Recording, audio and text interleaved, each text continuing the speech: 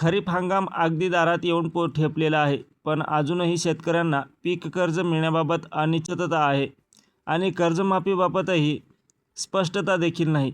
मित्रांनो, 19 एप्रिलपर्यंतची परिस्थिती पाहिली तर अनेक शेतकऱ्यांना खरीपासाठी पीक कर्ज वाटप सुरू झालेलं नाही. बँकांकडून जुन्या कर्जाची वसुली जोरात सुरू आहे.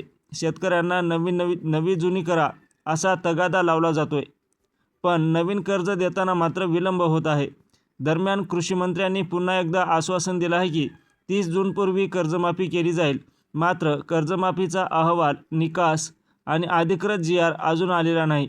याच दरम्यान बँक कर्मचाऱ्याकडून शेतकऱ्यावर दबाव टाकला जात असल्याच्या घटना देखील समोर येत आहेत, ज्यामुळे शेतकऱ्यामध्ये असंतोष वाढलेला आहे. याचा सरळ अर्थ असा की सरकारकडून घोषणा होत आहेत, पण अंमलबजावणीची स्पष्ट दिशा अजून दिसत नाही. जर कर्जमाफी वेळेत झाली तर थकबाकीदार शेतकऱ्यांना मोठा दिलासा मिळेल, पण सध्या फायदा कोणाला? बँका वसुली करत असल्यामुळे त्यांना फायदा होत आहे, पण शेतकरी मात्र संभ्रमात अडकलेला आहे. जर GR वेळेत आला असता तर शेतकरी योग्य निर्णय घेऊ शकला असता, जसं OTS योजना घेणे किंवा कर्ज नूतनीकरण करणे.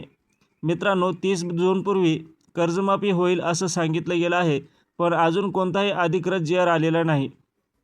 निकष काय असतील, कोण पात्र असणार, किती रक्कम माफ होणार, ही सर्व माहिती अजून स्पष्ट नाही. त्यामुळे सध्या ही संभाव्यता आणि अधिकृत निर्णय नाही. कर्जमाफी झाल्यास शेतकऱ्यांना आर्थिक ताण कमी होईल. नवीन पीक कर्ज मिळण्याचा मार्ग मोकळा होईल. खरीप हंगामासाठी भांडवल उपलब्ध होईल. GR उशिरा आल्यास खरीप पेरणीवर परिणाम होऊ शकतो. बँकांकडून वसुलीचा दबाव वाढतोय. स्पष्टता नसल्यामुळे शेतकरी निर्णय घेऊ शकत नाही. अफवा आणि गैरसमज मोठ्या प्रमाणात पसरत आहेत.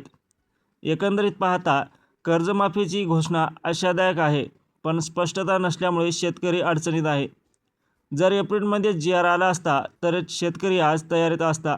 आता सर्वात महत्त्वाची गोष्ट म्हणजे लवकरात लवकर अधिकृत निर्णय आणि निकष जाहीर होणं गरजेचं आहे, कारण खरीप हंगाम थांबत नाही आणि वेळ गेली तर शेतकऱ्यांसाठी परिस्थिती आणखी कठीण होऊ शकते. धन्यवाद.